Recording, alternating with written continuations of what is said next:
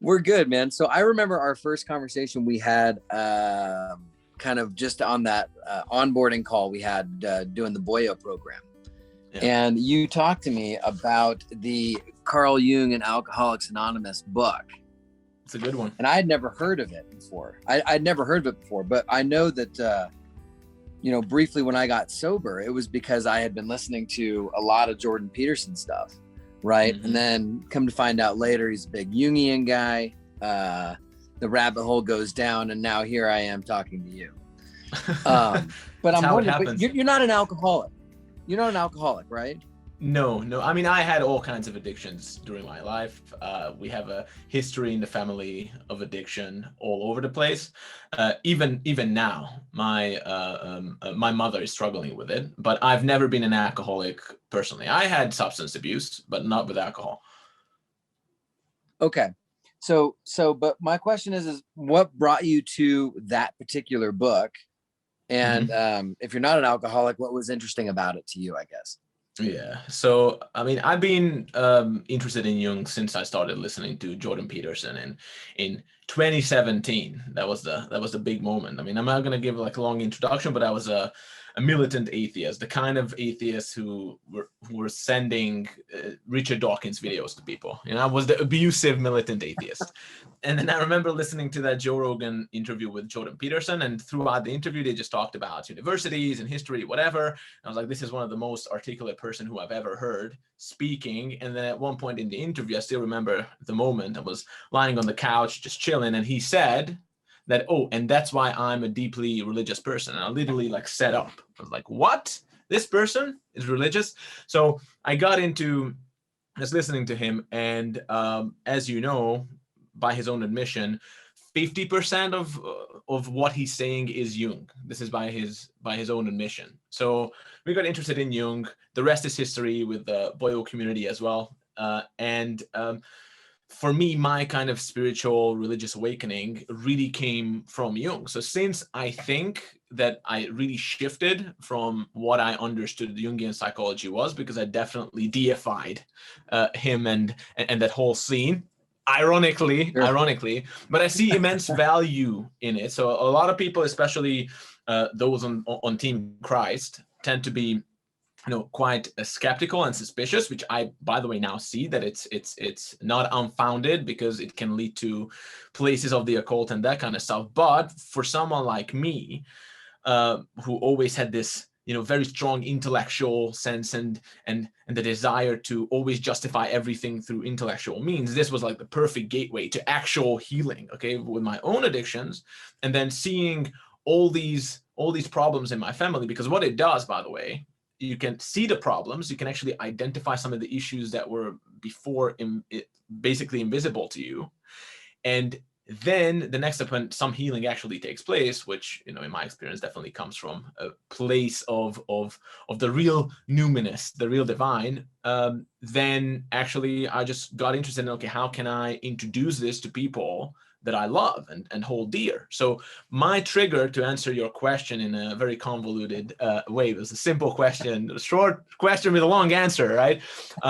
It was ultimately because of my mother, because she has a huge God-shaped hole in her heart, and I know her very well. We were always very close. I got a lot from her through just the sheer unconditional motherly love that she gave me. And it was just, and still is, just terrible to see her suffering so bad. And I knew what happened to me. I knew what happened when I finally managed to relinquish and give up my ego. Right. And we can probably talk about that, because that book is exactly about that. And I was just interested in, okay, cool. I know that I can't just step in front of her and tell her to come to Jesus Christ, because that's not how this works. We all know this, right? So I was like, okay, let me find out more about the actual problem, the actual disease. And I knew that Jung is a safe pair of hands when it comes to understanding the processes of it. And I know it can be really helpful. Right. It can be really helpful to bring down maybe her guard by being able to give an accurate analysis of what's actually going on with her and in her mind, because that was helpful to me, I remember. So that's how I came to the book. And it's actually an exceptional read, I think, that particular book that you showed. Oh wait, sir, I lost you. I lost both the video feed and the audio as well. So you're on mute. Maybe I will have to do a monologue here. No, I just realized that my Wi-Fi was off because I was flying all day yesterday, and I was like, man, the Wi-Fi is all like wonky. I can barely see. There he is. Okay. Yeah, you were like all like blipping out on me. No, it is a good read.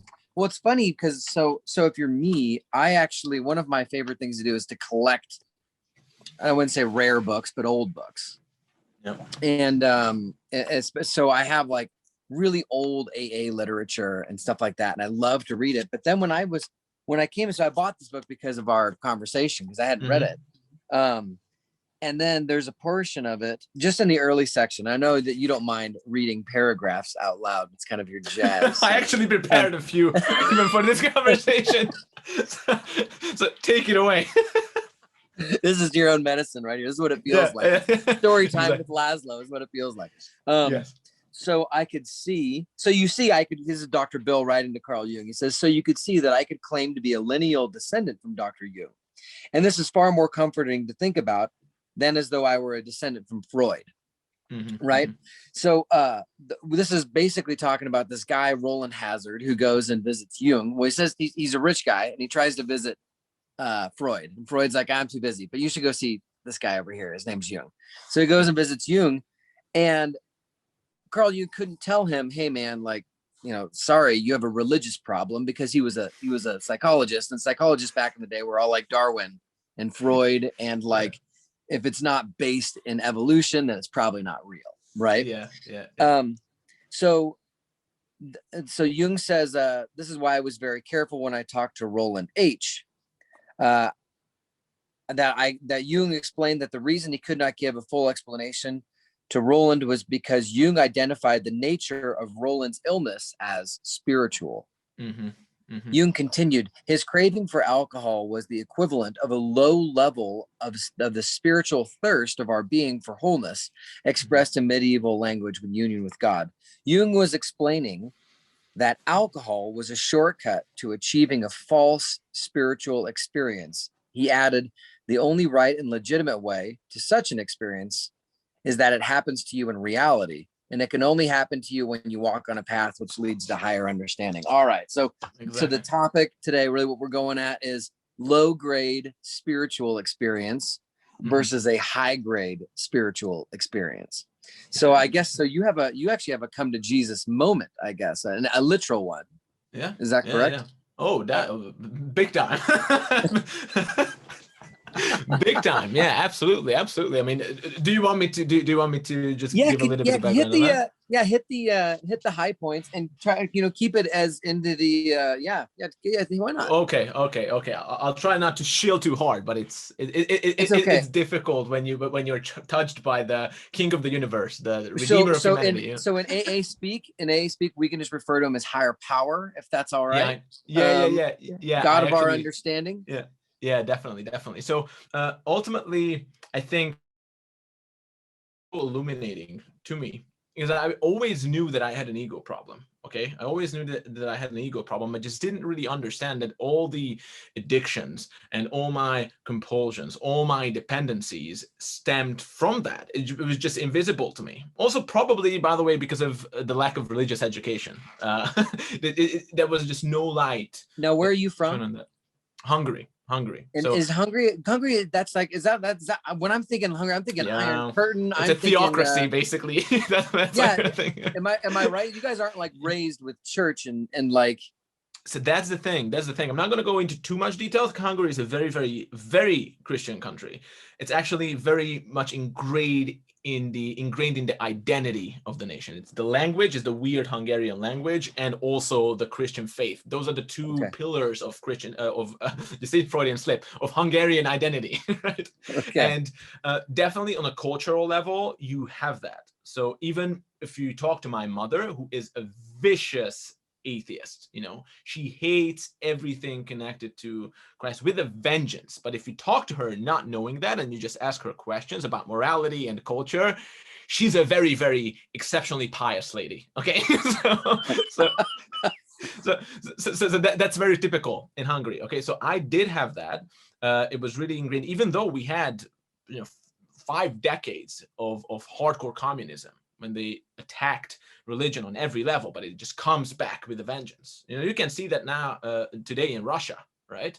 What happened after 100 years of communism? Now they built over 40,000 churches since the collapse of the Soviet Union. So it's that's just Christianity for you. So we did have that, but there was something weird happening. I think it was due to the modern liberal kind of cultural wave. It just shifted the focus from the explicit articulation of the religious doctrines, and it just fell away. So now you actually have a disease in Hungary as well, where people live in a way where they hold themselves accountable for to that moral standard, right? But they don't actually know why they are doing it. And when they fall away from it, alcoholism is a huge problem in Hungary. It makes them, you see, more miserable than other people. So it becomes this kind of vicious cycle of self-hate and resentment. You can see that Hungary is a perfect case study of this. Now, going back, so you're talking about when you have, if you have morality, but you don't know, you don't know from whence it comes or whatever, right? Exactly. Then it's more of like a plaguing, annoying, gnat you want to swat away, something like that. So people want the money. Okay. All right. Yeah, definitely. So that's why you see that Hungarians are miserable, and they're more miserable than the average alcoholic country, right? Because they know and they live the standard from which they fall away all the time. So, and anyways, that's just my personal analysis of the nation. I like to ponder the eccentricities of Hungary in that sense. But, so where does Lazslo fit in? Yes. So with me, I didn't have that religious education. And then I had all these dependencies. And with basically Jordan Peterson and Carl Jung, first I understood, okay, cool. So these things actually work. So on a cultural level, on a psychological level, and also I've been dabbling in the whole psychedelic world as well. And I knew, so I knew for a fact, it was kind of like, it wasn't a theory anymore. I knew that thing works in the sense that it does have an effect. And I said, okay, let me give you a very simple example. I always had a compulsion to just eat as much as I can. Right. Also, my father had it. It's very simple. But it's something that you're not even aware of. And after a powerful spiritual slash psychedelic experience, even, you just see that, hey, wait a second, for the first time in my life, I just said halfway through the meal that, oh, that was enough. And I'm like, whoa, wait, what happened? Okay. And this actually initiated a journey of me looking at this more seriously, because my intellectual defenses were brought down. And actually, after a while, this is how God works. A certain constellation of circumstances in my life brought me to a point where I just realized that, wait a second, there were all these problems that I wasn't aware of. Now I am. And I also realized that I can't solve this. Like, I can't actually solve this, because before that, it was always Lazlo will solve it from my own will, from my own skill, from my own talent, from my pure sheer will. I will solve it. And it was just so obvious to me. And it was such a grace that I could see how obvious it was that I could do anything. These problems are not going to solve. I'm not going to solve them, And that was that point when that was a weird constellation of, okay, psychologically, these things are very, very solid. So there's actual science supporting this. This was, through Jung and all the research into addiction. And also at that point, I was just really at that stage when I could muster up all the faith that I had. And this is when actually scripture also can come in handy, when you kind of surround yourself with with some items that can trigger you the right way. So for me, specifically, it was Jeremiah 33:33, which was a Bible quote randomly on my nightstand. And that at that point, I was sitting at the Which says what? Bed.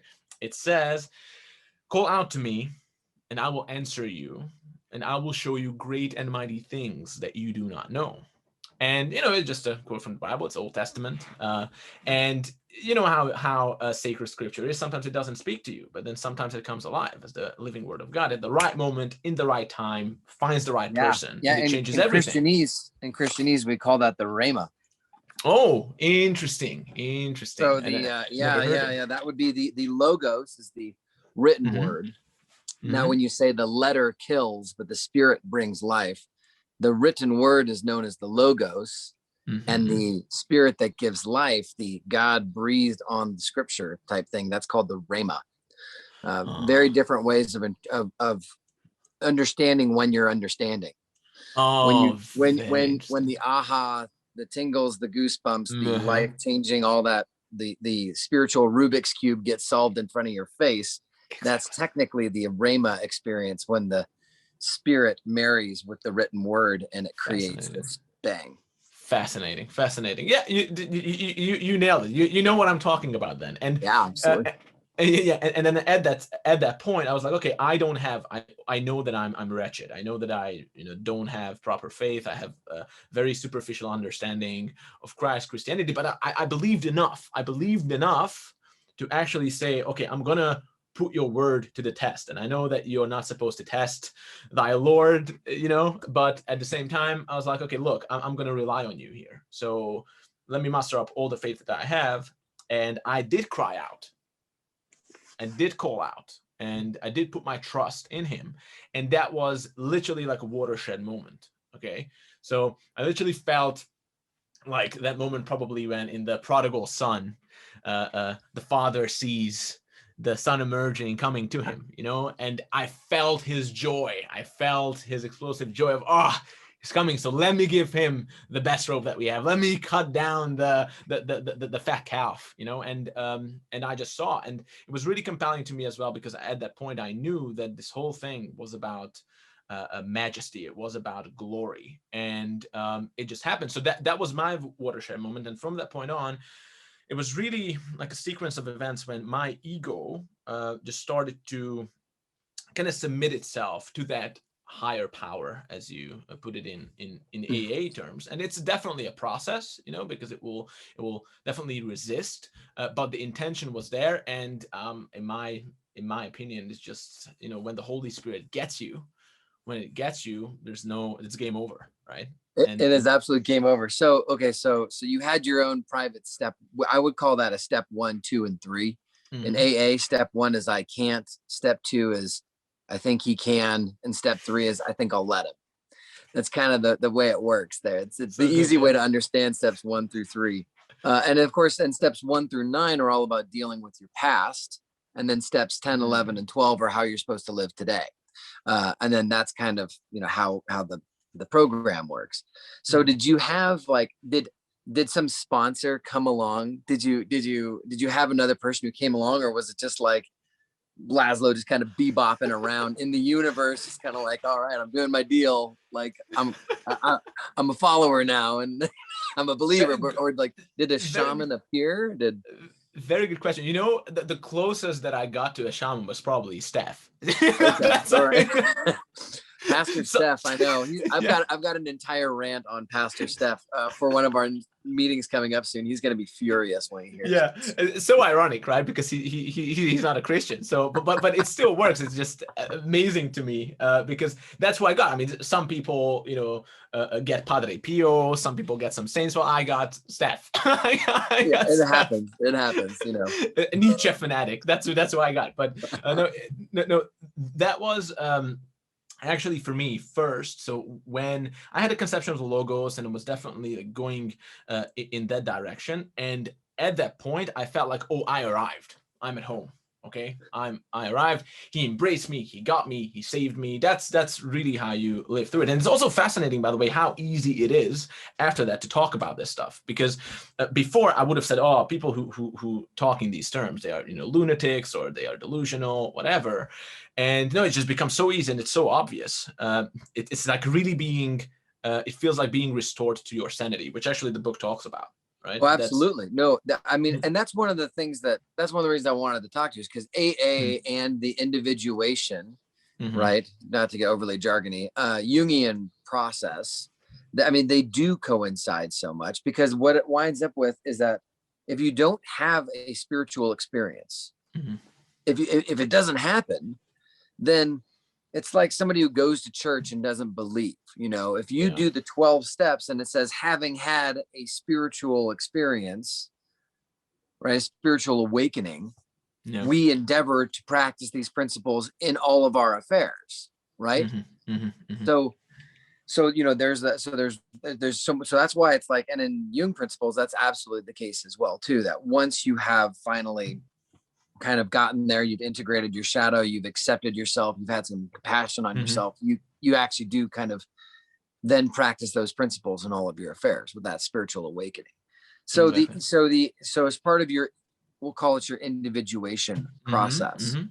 Did you ever go through a period of time where you kind of walked through like a step 4 or 5 where you kind of wrote down, how you had, do you know much about the steps in terms of that way? I also revisited the book. So at the very end, there's actually a pretty short summary. I probably can't recall the numbers if you just 4 is where you write down your list of things you need to do, or you confess kind of what you've done. And then step 5, you read that list to somebody else. Interesting. Okay, so actually I've always been terrible with writing things down all my life. Never wrote down anything in school. I had Jordan Peterson self-authoring suite for years. Didn't do it, right? So I'm terrible at writing. So I'm just going to preface that with that. I did a lot of confession, okay? And it was only to myself. So at that point there was no like church, like nothing like that. I didn't even understand. I was like, okay, that's a nice thing that people can go to church. It's fantastic, but I didn't understand the significance of that, or denominations, none of that stuff.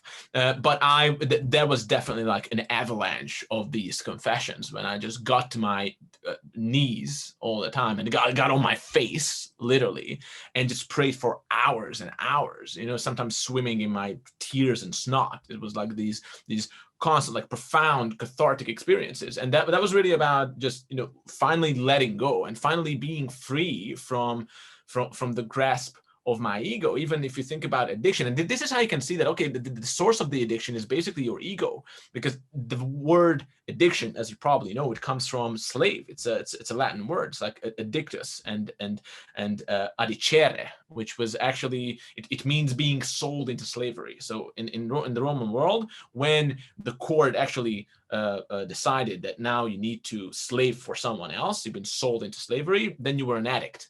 That's what it means. I didn't know that. The etymology says it all, man, as usually the case, right? And this is why how I lived it is like Christ freed us. So I just witnessed it. I mean, at that point, when you take that step, that leap of faith, when you give your loaves of bread and the few fishes that you have so that he can feed the 5,000, so that you can witness the miracle. After that happened, it's just a fact that you witnessed, and then you're free to do with it whatever you want. And basically, this is the moment when you're freed now, and when then you can let go. Then when all these confessions can just happen. Now, I don't know what would have happened if I had a priest to do it with, or if I written them down, but they just bubbled up to the surface, and like they just exploded like a fountain. So unfortunately, I've never written them down. It's one of those kind of like, it's one of those AA. It's kind of like Eliot is a famous kind of guy back in the 1900s. He's kind of Freudian, or next to Freud. I know. I have some of his books. Yeah. Okay. Yeah. So he talks a lot about the need for ritual humiliation to occur. And in AA, and the point of ritual humiliation is not like to humiliate you. It's actually to make all things equal.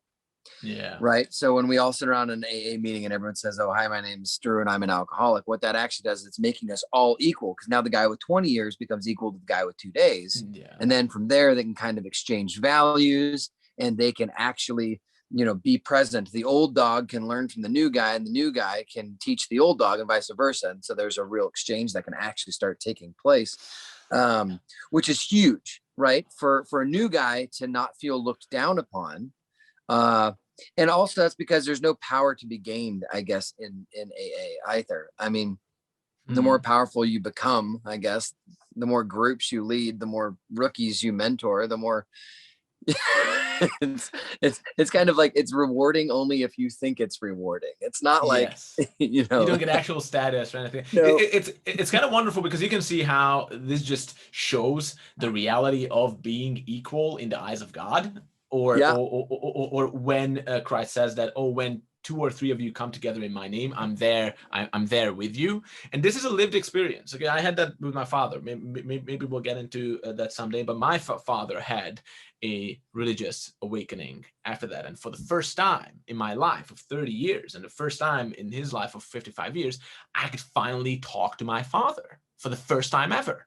I never spoke to him before, really, and I never met him before. But when he also could step away from his ego and humbled himself in front of God, or if you want to say, I'm not shying away from the word humiliate, because I understand now, looking back, that most of my life I needed serious humiliation, and it was only by the grace of God that I was spared from the ultimate humiliation, but I still needed it.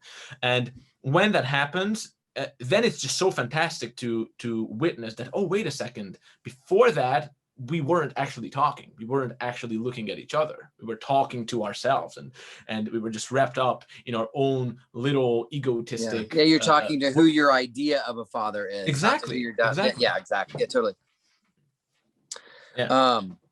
So you kind of walk through your experience, your confession, your religious opening experience, and then you kind of like, what does that look like now then on a day-to-day level? Like, how do you actually maintain your because it doesn't, the emotions don't stay high all of the time, right? Yeah. So what is the maintenance, what is the spiritual maintenance program? What does that look like for you? Yeah, so this is a great question, because now, I also chose the denomination, so I actually followed the guidance of, it wasn't the guidance, but he just kind of confirmed C.S. Lewis as well, when you need to find kind of a denomination, not because of any explicit religious need, but it's just more like a spiritual need, that you need to go deeper into whatever faith you have. Correct. So even Bill Wilson says, look, go, don't deny what the religious people have. If you have a faith, stick with it. Exactly. Run Explore, with it, and go down. like, to make use of what they offer is what he says. Exactly. So I did choose that, but we can go back to that moment when I cried out with Jeremiah 33:33, relying on the inspired word of God, and that was my first real prayer. If you think about it, that was my first real prayer. It was just given to me, because that's what. Why was it there? So the other thing, when I started to just get these ideas, and that was when Steph and Jimmy started to read Ion, right? And then the whole idea of Christ as the archetype, Christ as the self, Christ as this cosmic hero started to emerge. I get like really interested. Okay, I get like really interested, and I just had this weird compulsion to buy random religious items. Okay, that this is so ridiculous, but I just felt the need to surround myself, and I couldn't explain it, so I was just buying these 5-10 bucks a piece items, including rosaries, including prayer cards, including, I don't know, I bought multiple Bibles. It's not like I had really time because I was working, but I just felt the need to surround myself with it. And at that point, it was just randomly lying on my nightstand. It was actually a bracelet, which was like just a random Jesus bracelet, one of those rubber bands, Yeah. And this is so ridiculous, but it was right there at the right time, just prepared for me when I finally take notice, and I did. So it's great to just think about it. But that was the first prayer. And that was when I first had the intention to pray. And look, man, I had a lot of different habits throughout my life. I had a lot of different obsessions throughout my life as well, but they all just come and go. They never really stay, or they never can sustain for more than maybe a few months. But my habit to pray from the first moment on, that's the only habit that didn't just not fall away or melt away, but it's been growing ever since. So if you just ask me specifically right now, what do? I pray for hours every day. So my prayer life now is just like kind of like an oak tree. Okay, you planted the seeds, and if you cultivate it, if you water it, all that it needs is your true intention. It's just the intention, and of course, with that intention comes the sacrifice. then it will grow. And that's my spiritual maintenance system. Mainly, I would say it is my prayer life. And then if you want to go further of how I live and, how I attend church and what I do with it, well, it's actually an extension of my prayer life, because my prayer life is a form of worship. And if you want to if you want to think about Christianity, it's about right worship. That's the essence of Christianity, or of how do you worship God the right way.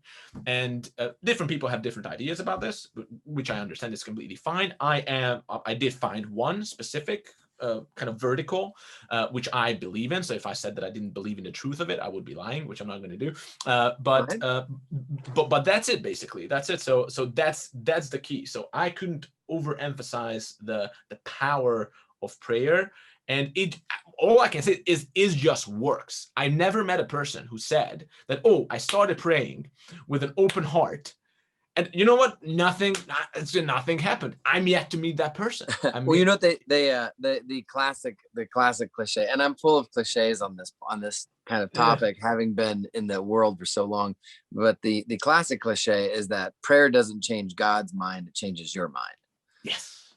So good. And exactly. And there you go. Like Colossians 3:23 or 3. I think it's like 3:1 and 1 through 3. But it says, like we are renewed in the image of Him who created him. Exactly. And to keep this very biblical, like the 24 angels that pray around heaven, right? They pray around God in the book of Revelation. And basically it's like every time they look at God for eternity, they scream out loud, holy, holy, holy is the Lord God Almighty, who was and is and is to come. And then they take their crowns and they throw them before God, right? Yeah. And they do this for eternity. And they're full of eyes all around and inside, right? They're like these like crazy flying winged eyed creatures. It's super weird. But if you think about it though, I like what you're saying about praying every day, because prayer is about encountering God. And what I've always found is that as I encounter God in a different way, it alters my identity. My identity becomes like, if I see him as a father, then I automatically see myself as a son. If I see him, as a king, then I always automatically see myself as a prince or as a subject. Right. And then if I see God as the redeemer, then that means I am the redeemed. I'm the purchased. Right. Or if he's the lover, then I'm the loved. And so it's like you can define something by defining its opposite, right? So like I had this I haven't think I've had this conversation yet with Steph, but it's actually one of the things I'm most interested in right now. I recently purchased a book called The Decline of Hell in the 17th Century. It's like a super random book, right? Sounds intriguing though. It is. Well, what I've tracked is that religion basically, it wasn't a lack of belief in God that drove the death of religion. It was the lack of belief in hell that drove the death of religion. And yeah, right. And if you start, the more you look into it, so it's like, so you have Satan, and then we draw horns on Satan and we make fun of him, right? And we give him his little tail. And then we're like, okay, well, Satan's not, he's not, whatever. It's not that big of a deal. And then, but then I kept wondering to myself, why is it every time somebody writes a book that lasts for hundreds of years, why is it always a descent into hell? Like, why do they never go to heaven?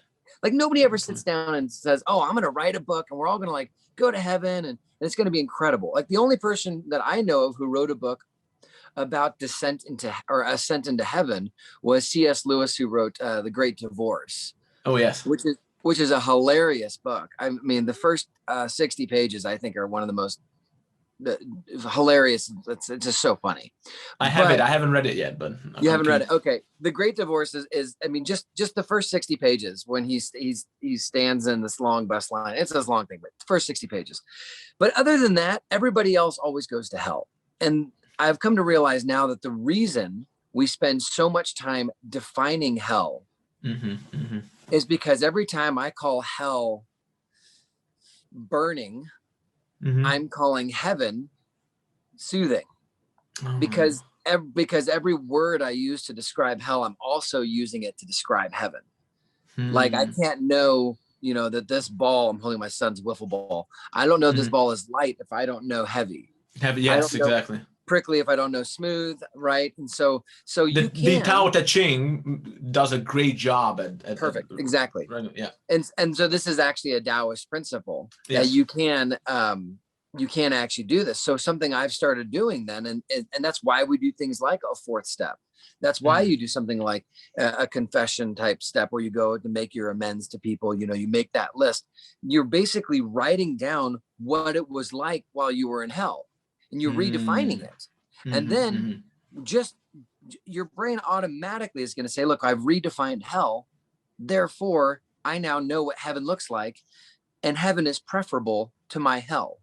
Yeah. It helps orient yourself. It would automatically, if all of a sudden you just keep pointing to south, you're going to automatically know where north is. And you can just start walking north because you pointed to south so many times. And that's one of those things that I'm like really kind of like wild and weirded out about, that I can actually just spend all day meditating on hell and it actually propels me into heaven. It's a weird. Yeah. It is. Have you read Dante? I imagine you read Dante. So I've dabbled in Dante. I've dabbled with Paradise Lost. Jung's Red Book is an ascent, a descent to hell. Milton, Paradise Lost. I think I already said that. And then you have William Blake. Oh yeah. Jesus I'm a fan goes of Blake. To hell. I'm a fan of Blake. Yeah. They all do it. They're all like, okay, I'm going to write this epic book for the ages. Let's go to hell together. No, this is interesting, and this is interesting about how actually Christ talks about hell way more often than he talks about heaven. Is that right? Yes, way more. Not even comparable. He talks about hell all the time. I never thought about this. Yes, and also this might have to do with the nature of evil, because evil wants to hide itself, right? So even if you just don't get me started on evil. Yeah.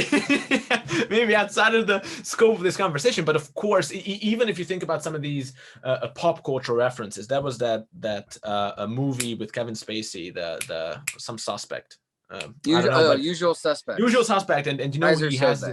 Yes, and he says this quote that the greatest trick the devil ever pulled is convincing the world that he doesn't exist, which actually I think is a Baudelaire quote, but everyone remembers it, and this is an interesting thing. This is something that just cannot be really avoided.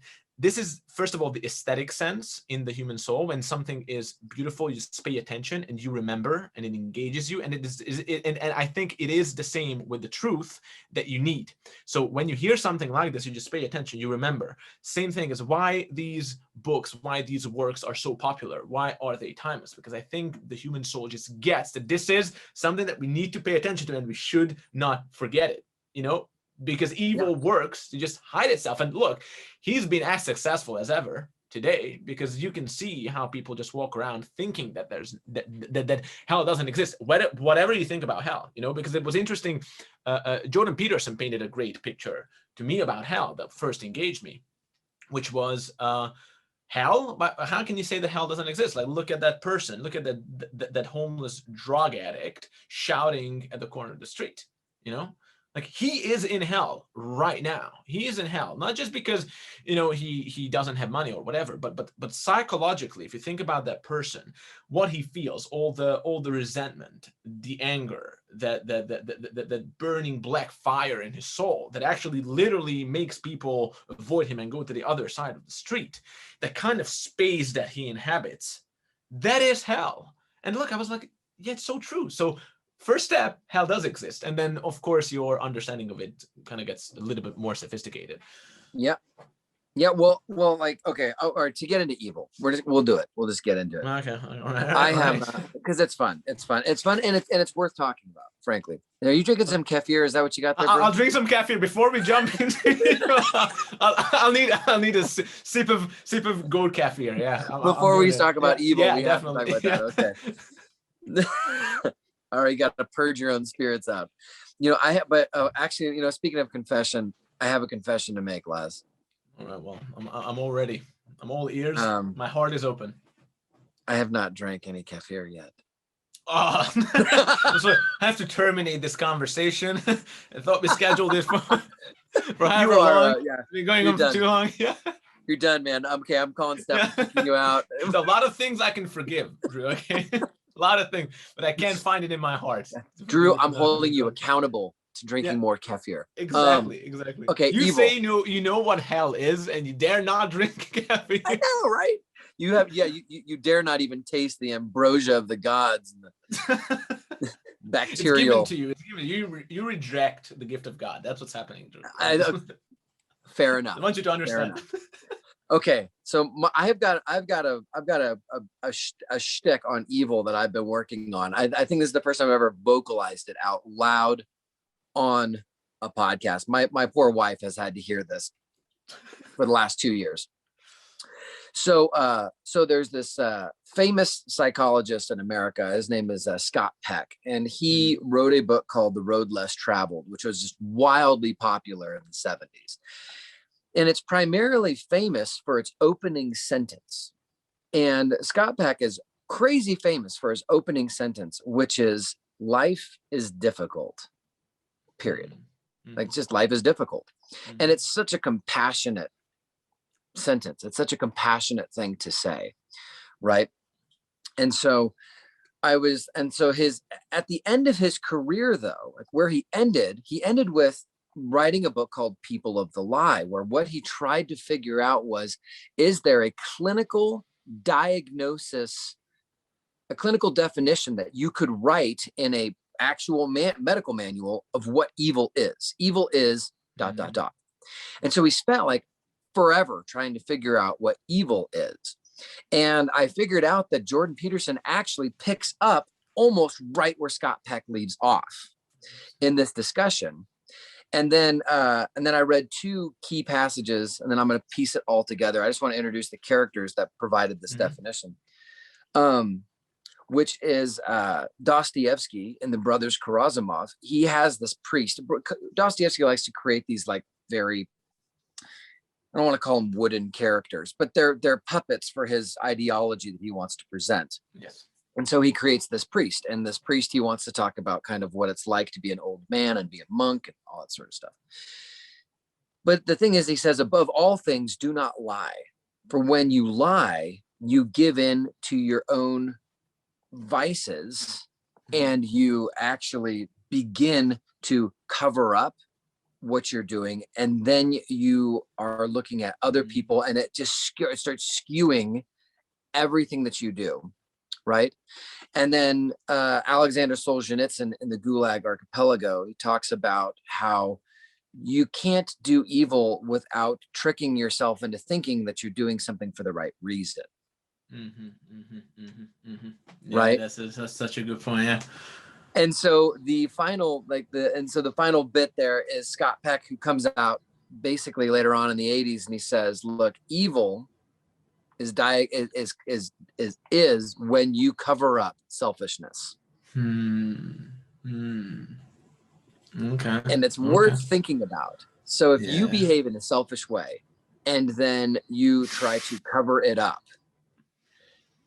there's so many ways you can go about justifying it.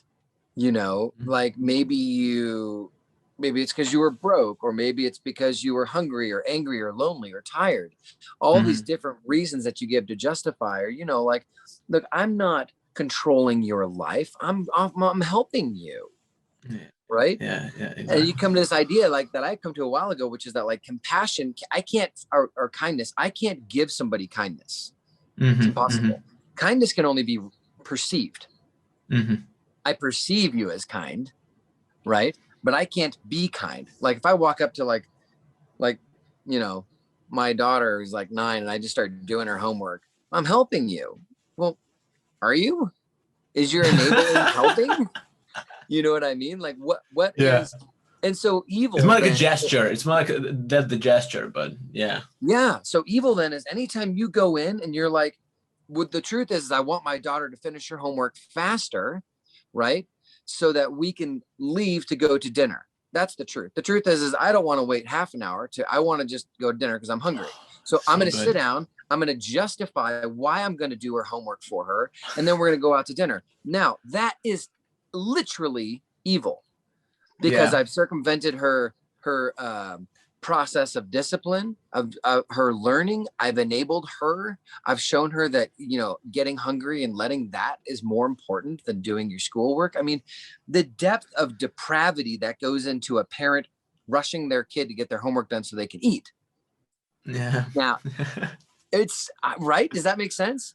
Oh, it makes perfect sense. It makes perfect sense, especially because if you think about, so how, and I just see these references. So with Christ, for example, that's why the emphasis was so much with what he was saying on your heart. But why? Because, I mean, you can look at the law. You can look at the law before, and there's very specific rules, right? So you have fallen humanity whose heart is completely enveloped by his evil ways, right? So even if you just look at the biblical story, that's the story, that we fall and now we are just enveloped in evil and we can't climb out of it. We just keep killing each other, we keep eating each other, we keep doing all the horrible things. And then comes God with a helping hand. Now, instead of just making everything happen, he actually wants us to come out of that evil place that we're in. But how does he do it first? Well, first it's just the rules, a set of rules to kind of serve as a guiding light for you, so you can orient yourself. But then that doesn't actually free you, okay? That doesn't actually free you, because now you're just a slave to the law, which is God's intention at that stage. But then what Christ does is, okay, how do I'm going to fulfill the law, but essentially it also frees you from the law in a way that he changes your heart so that you don't want to break the rules anymore. This is very important. Even if you just look at, for example, the whole adultery question in the Mosaic laws, then you had so many rules around sexual conduct, right? And they just kept adding more and more because the instinct is so strong that you just need to, and it still finds a way.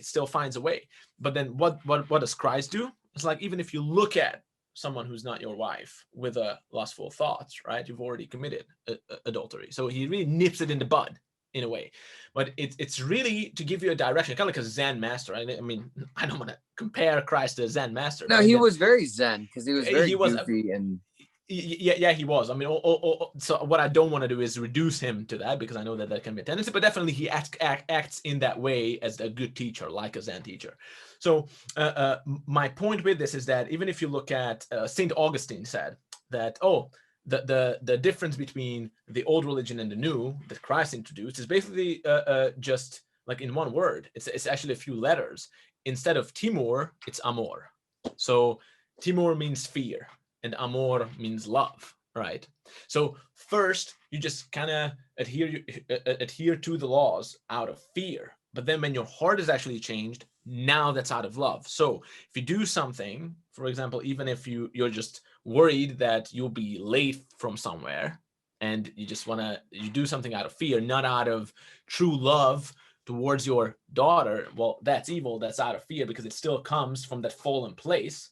But then when you actually went past that waterfall of, no, my heart is actually changed, and I'm now just acting out of that place of amor, then everything just takes a different shape. That's when you're actually freed from evil. So in my head, it makes a lot of sense what you're saying. Yeah, I don't think that I always try to compare like my relationship with this sort of stuff to like an accountability, right? Like if my friend, if I'm going to come in, I'm going to say, look, man, I want you to be my sponsor. I want you to do what I want you to hold me accountable. I will never ask you to hold me accountable to not sinning. I will only ask you to hold me accountable to being, awesome sauce today. Like, did you pursue Christ today? Did you read the day? Did you write today? Were you creative? Did you have an element? Is there evidence creatively that you existed today? And this is actually something I strive to do every single day, is to create something, whether it's a YouTube thing or whether I paint a picture at home or write something. Like there is actual creative there. I existed today, and I know that I existed because I created something today. And that's what I want to be held accountable to. Like in the program, I want to be held accountable to are you enjoying your sobriety? Did you talk to your Mhm. sponsor? Are you in relationship with some other people? Like, I've been walking some new guys through the catharsis meditation. Boom. I sent it to Steph. I could send it to you, but it's like, he was like trying to figure out, he's trying to write a Dear John letter. Mhm, So like, mhm. Dear John, like, where I'm breaking up with you kind of thing. Yeah, yeah. And he was trying, I couldn't figure, he said he'd been sitting on it for like a couple of weeks. So I sat him down and I was like, hey man, like, what you should do is, Dear Jack Daniels, I Mhm. don't miss you. I don't miss the hollowness in my stomach from throwing you up last night, kind of thing, right? Like, really, like, dive, like, do the whole deal, Yeah, right? yeah. And he That's wrote a cool idea.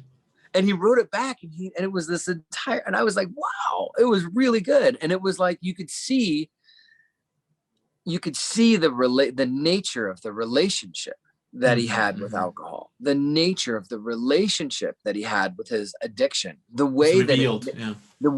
in that breakup letter, because you don't just like tell some girl like, hey, like, I'm breaking up with you, da da da da. It's always like, I'm breaking up with you, you're no good for me, here's why, here's the way you made me feel, and, and now I'm Yeah, gonna go and, yeah. like, do whatever else, like, but you, like, kind of give this state of the union, right? And Hmm. to me, that's the beauty of confession, and Hmm. also the beauty of accountability, that when we sit down and we talk to each other, we know that we're going to be better having spent time together, Yes, flat yes. out. And, So do you and you're have kind of somewhere to be? disconnected from. No, no, no, no, no. Okay. We can roll on.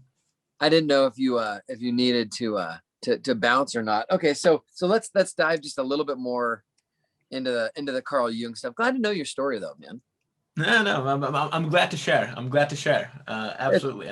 And but by the way, just like a quick note on that, what you said about showing up. This is you probably heard about the concept of systems versus goals, right? This is kind of about so instead of setting goals, you actually want to build systems oh that yeah, right. work. And Your failure will fall to your lowest system that you build, not to the exactly. goal that you have. Is that something like that? Exactly. And yes. And also, just in general, if you think about, okay, how should I order my life?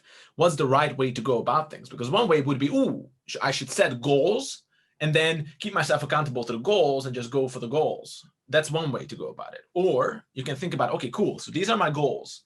What kind of systems would actually get me to my goal? Okay, you think about the system. And instead of going for the goal, you implement the system. So you implement the system and you're accountable to upholding and adhering to the system itself. So it might seem like a trivial thing. It's anything but, right? So even when you think about your prayer life, for example, it's not like I want to achieve something from the prayer. It's not like I'm looking for even the spiritual effect or the result. No, I just show up. So this is kind of like the same for artists. You show up so the muse can come. It's the same. It's like Benjamin Franklin running with the kite and the key on top for the lightning to strike. It's like you don't know when it will strike, but you show up. So you create the circumstances, kind of like setting a fire. So even with prayer, you have that. Okay, I'm just going to put in the systems, put the systems in place. I'm just going to show up, and that's what you should be accountable for. So the same that you said. Did I see Christ? Did I have those conversations? And then I think if you do that, and you're just headed in the right direction, then the fruits will come.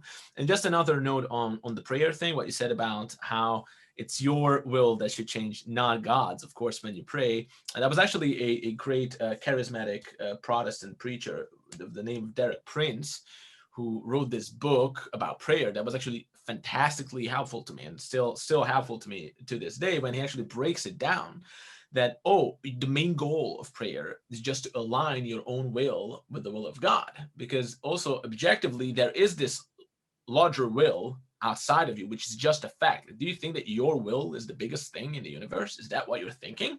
Because then you might have to rethink, but you see that the world is going to a certain direction. There is a stream of events. You can actually see the logos every day moving from A to B. So it's basically your choice whether you want to enter that large stream and align your own will so that the logos can elevate it. And prayer is just basically trying to tune into that frequency if you and that's step 11. The step 11 promises in AA are that as you begin to meditate and as you begin to dwell on God, what happens is that you, and this, I think I'm going to try to quote moderately verbatim as much as I can. It says, you will begin to operate on a plane of inspiration. You'll begin to do things that previously you hadn't done before. You'll do things that look kind of foolish sometimes, but that's okay, because as you're doing this, you're looking to see what more you can pack into the stream of life. It's actually it's very similar to what you were saying just now, because it's true that as you pray and as you start to align, as you start to open up, you start seeing things you didn't see before. So somebody one time, they asked me, they said, well, maybe they didn't ask me, maybe it was just something I realized, like, I don't really know, but I was sitting there one day and I was thinking about where does like authority come from? And how does one get authority? And then I was sitting there and somebody at church was like, yeah, we need somebody to be the president of the board at the church. And I was like, oh, that sounds like fun. I'd do that. And so I ran and I became the president of the board at my church, and I inherited all these problems and just as a mess, just an absolute mess. But then as I went on, I realized that authority comes when you find responsibility laying on the ground. So true leadership is when you say, oh my goodness, look at that. There's this responsibility on the ground. Does this belong to anybody? Does anybody like, I'm looking at, like, the boyos, and I'm like, hey, I don't see a number 3. I see this responsibility. I don't see a number 3. Can I have it? Can I have it? Is it mine? Can I be number 3? It looks like it's mine. Yeah. Like, can I teach a master class? I would like to teach one. Can I be number 3? Love it. And but it's true though. If you go around and all of life is that way. So coronavirus struck, and we had our church, and the homeless shelter had all these families and they didn't know what to do. So I was like, hey, we got this big giant empty building. Let's turn the building into a homeless shelter. And so we put up a page on Facebook. We're like, hey, we need money for a homeless shelter. And we raised like $38,000 in 2 days. We housed 7 families for 3 months. And it was so that the shelter could quarantine people for coronavirus, and all the families could stay together. Amazing. So then all the families lived in the church in these tents. We put tents inside the church. We put like partitions up, so everybody had like their own like living room and their own like community area, and they loved it. And it was just because we found some responsibility laying on the ground. And ever since then, the church has doubled in size. Through the pandemic, the monthly giving has gone way up. We're starting a preschool. Like and it was like an old dead, like mainline church, this isn't like a charismatic, non-denominational rock star CEO pastor guy. This is like traditional congregational mainline church. And it's like booming. Praise be to God. Because what I've been trying to teach people is, look, like, if you open your eyes, you'll see responsibility everywhere. You can become the manager of a restaurant by just going, I'm going to wash dishes, and I'm going to be the best damn dishwasher there ever was. And then I'm going to stay for 30 minutes later to fold silverware. So now you're the best damn dishwasher there ever was, and you know how to fold silverware. Well, if you do that for 3 weeks, eventually you're going to be the best damn dishwasher and an awesome silverware folder, and maybe you'll be like a chair straightener, right? Yeah. And then you're the crumb scraper guy, and you just keep being the best damn version of all those things. And eventually some owner is going to walk up and see that, and they're going to be like, dude, I see that you see how to find responsibility for things. And that's it. Yeah. And would you like more? And, right? And as a person who's leading a company, when you find someone like that, it's like, immediately you jump on it. You know how valuable that individual is. Absolutely. Correct. Yeah. So that's how it works. And really, that's what alcoholics and addicts can't do. Right. What alcoholics and addicts, when you're a slave to something else, you are not free to pick up responsibility for the world around you. Because the alcohol doesn't allow it. It doesn't permit you to take the responsibility of another master. Yes. It can't. Yes, I mean, definitely. like, there's no way. So I can definitely see that in the life of the people around me who struggle with that. It's ultimately, and that's the bottleneck. Just can't get them to take responsibility for it, right? You just can't. You just can't. And by the way, it bleeds into other areas of their lives. And that's the, so I think, by the way, at the heart of it, of course, there is sin. And I know that sin is a loaded word. We don't like to use it anymore, but it's, You could say miss the mark if you like. It's fine. Yeah. So when you miss the mark, and that just means that you're not acting as you should be. So you're acting in a way that's actually bad for you, your surroundings, your community, the world. And when you can't get someone to admit that they are engaging in that, well, then there's nothing to do. And the fact of life is that you can convict anyone. I mean, you shouldn't convict anyone personally, because it's only God who can convict you. But everyone does that. Literally everyone, every single person, and if someone can't see that they are not an exception, well, do you think that you're the only person in the world who didn't do anything wrong? You see? And I know that with alcoholics, a lot of times the fact is that you can get them to admit that. You can get them to admit that they're not the only person in the world who didn't do anything wrong. So they can't take the responsibility. That's such a good insight. Well, like for me, like I couldn't, like I always knew, I knew I was an alcoholic. Well, I mean, like, my part of my story is that like I committed to becoming an alcoholic. I wanted to ask you. I mean, I'm sure you've told that fair. story. It's fair. No, actually, I don't really tell the story very often. Really? Actually, no, not very often. Well, if you want to share, I'm all ears. I'll give you the kind of the gist of it is that I was grew up in a Christian home. I became my own. I had my own relationship with Christ. I discovered that when I was 14, and actually attended a different church than my parents did. So it was very much my own in that way. I was really big. I actually like smuggled Bibles into China when I was 16. One of the best things you can do. We snuck into North Korea to smuggle Bibles into North Korea across the Yalu River, like literally. Kid you not. So good. We stuffed it in boxes of cereal, right? And yeah, it's true. And we snuck across this dam. Anyways, so I mean, it was very intense. I had traveled by the time I was 19 or 20. I think I'd been in 19 countries, doing missions work, been in Africa, and just kind of doing the deal. And so God calls me to, I feel like God called me to go and help my brother start his landscaping company. So I did sales for his landscaping company. I went door knocking and knocked on over 30,000 doors. Talking about boots on the ground and not making any money. So got kind of pretty tough in that way. And then really started to drink. What it was when I was 21, I felt like God had said to take some time off from doing any ministry. And just wanted me just to kind of take it easy. And so I went down to this jazz bar one night, and there was some scotch, and there was this band playing, and I fell in love with that. I fell in love with that idea of, somewhere in the world, there's a Casablanca, there's a Humphrey Bogart, there's a damsel in distress, and there's a bottle of scotch and an anti-hero sitting there on the bar waiting for the world to somehow strike. I don't know, but I fell in love with this concept. And so I started my career with alcohol. I was pretty committed. I mean, I wanted to know how to do this. And so I wanted to get good at being at bars. I don't know if there's a thing about being good at it.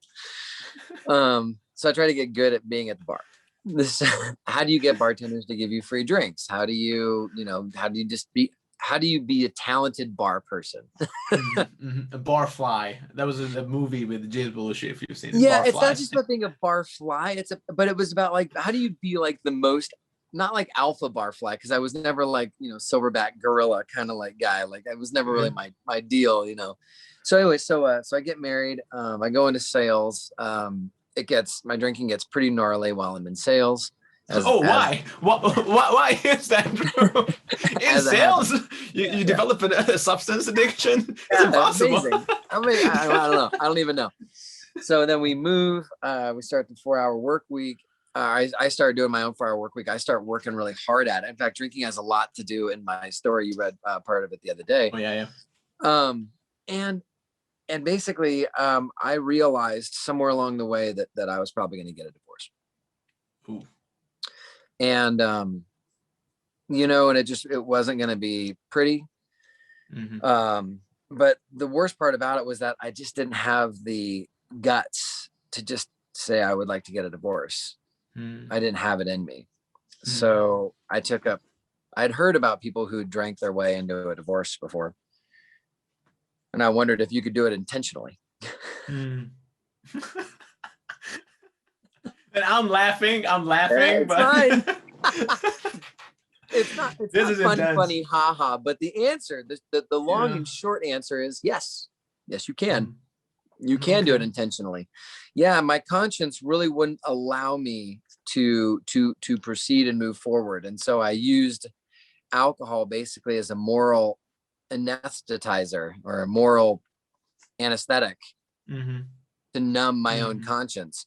Of course. The problem with that was that at the end of it, though, it's basically like doing like radiation and chemo for morality. Like I'm trying to kill one piece of ideology that I know will kill me by allowing all of this insanity in to try to kill this one tiny tumor.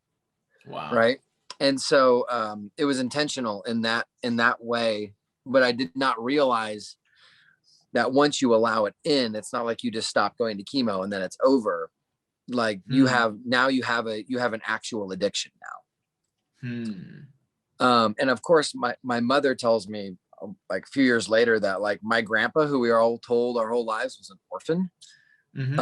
No, his dad murdered his mom in a drunken rage and then spent the rest of his life in prison. Like kind of an orphan, but like, yeah, I guess you can say that. Yeah. I mean, like, not it was like, a significant part of the story you just admitted. Yeah. Yeah. And like, I learned that like a year and a half into my sobriety, I'm like, Mom, like, you really could have told me the severity of the drinking problem in my family history, because I believe in a lot of this ancestral stuff. Like it's very important. It is. And so it was hard for me because I had a genuine, authentic relationship with God, but I could not get the ideology away from it. The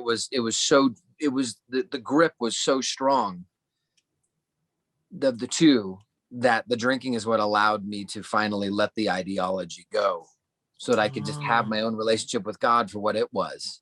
Never mind the ideology. It was an incredibly painful, outrageously painful experience. And by the way, if you allow me a question, so sure.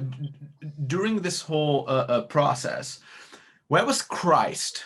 So did Christ kind of withdrew, or did you didn't want to look into his eyes during this time, or how did you feel him kind of being there as the judge of your actions and behavior? Sure. Fair enough. That's a good question. I decided to basically take the whole institution. So not my belief. So like basically I cloaked Christ in a stone statue and I left the heart beating. Okay. So there were certain rules. There were rules in my chemotherapy that I would not do. Right. Like I wouldn't do drugs. Yeah. No drugs. I wouldn't ever like take God's name like in vain in like say that I don't believe in God. Right. There were just certain aspects to it that weren't part of the removal of the ideology. And of course I had gotten married because of the way that the ideology presented itself. And yeah, I look back at it now and it's like my first marriage was mostly just a checklist. I married somebody because they ticked all the boxes, you know. And my wife now, that I'm just crazy happy to be with, you know, she checks very few of those boxes. Okay. But I love her to death, and she challenges me like nobody else. And really, one of the best things about my wife is that she will not let me be codependent on her, because I'm an addict. So I fall into codependency very easily. And she refuses to let me be codependent. She's like, yeah, that's not my problem. No, I'm not going to come with you. That's your problem. Why don't you go deal with that elsewhere?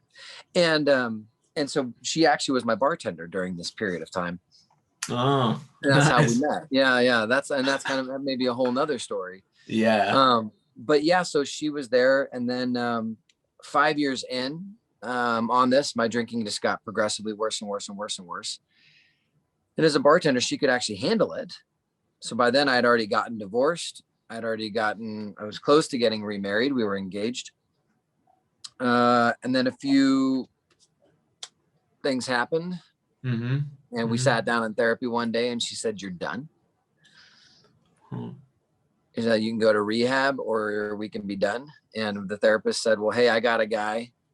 And, you know, he's a super wealthy, big wave surfer, adrenaline junkie, you know, alpha machismo dude. He's been in AA for 17 years. Would you accept Drew calling this guy instead of rehab?" And she said yes. And so I called the guy and I dialed his phone. And before he could say hello, I said, "I heard you help people who struggle with alcohol." There was like a click. "Hi, here you." And he's like, are you drinking right now?" I was like, "No." He's like, can you make it to 8 o'clock tonight?" "Yes." "Okay, meet me here." So I met him there. And then the second night we go to a meeting together again. And he says to me, "How does it feel?" And I said, "Well, how does it what feel?" He said, "Well, how does it feel to be at the pinnacle, the very top of Alcoholics Anonymous?" And I was like, "Man, I can still smell the bourbon coming out of my pores. What are you talking about?" And he's like, "Well, you haven't drank today, right?" I was like, "No." He's like, "Well, you made it. Sober member of Alcoholics Anonymous. As good as it gets." Yeah, makes sense. Makes perfect sense. I wish that Christians looked at it more like that too. Like, you've been saved for 2 days. Hey, you made it. Where did I make it to? You made it to the highest level of Christianity. What is that? Follower of Jesus. Good job. Yeah. See you tomorrow night. You know, like. And see you tomorrow night. Yeah. There's no reward. There's no the reward is the thing is the reward. You know, there's no goal setting in your relationship with God. There's no goal setting in your sobriety. And one of the big things I have come to realize now is that once you get sober, you get the privilege of becoming the hero of your own story.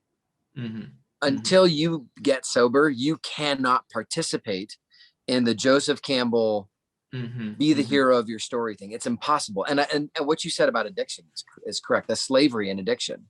Yeah. You cannot be the hero of your story if you are enslaved to something else. Exactly. Even if you think about a story where the slave is freed and now he goes on that adventure, that part of the story when he's a slave, that's stagnant. That's just like there's nothing happening. In that part of the story, all that's happening is that you're a slave. That's it. That's it. There's no new. And there's just here's the random shit you did while you were in slavery. Yeah, it doesn't really matter. Yeah, you're a slave. So such a good point. The story doesn't even start. Doesn't even start as long as you're saying. It can't. It's such a good point. The story cannot start until freedom begins. And so that's one of the reasons you see all these people, they get sober and then they don't work the steps and they wonder, well, why does my sobriety get stagnant? Well, it got stagnant because, you know, it's like the slaves of Egypt. They get released from slavery from Egypt. Yeah. And what do they say?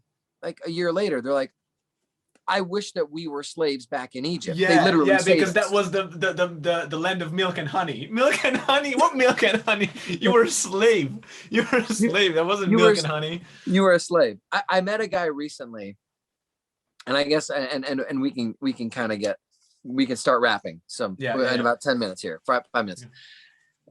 Yeah. My wife's friend, she goes and visits, and he's been sober for 6 years. Okay. It's important to know this. So she gets there and she tells me that he started drinking again. Now, this guy was miserable to be around. His sobriety was not fun. It was like he was always on edge. You could tell that he was always like white knuckling the chair to like not get a drink, or he was getting high all the time. I mean, it was like awful sobriety, right? And you couldn't even call. So what we call that in AA, we call that being a dry drunk. You're not drinking, but you're definitely still an alcoholic. Like you definitely, like you look at that bottle with fondness. You know what I mean? Yeah. And he started drinking again, maybe 6 months ago. And I asked my wife, how is he to be around? And she said, he's infinitely more pleasant.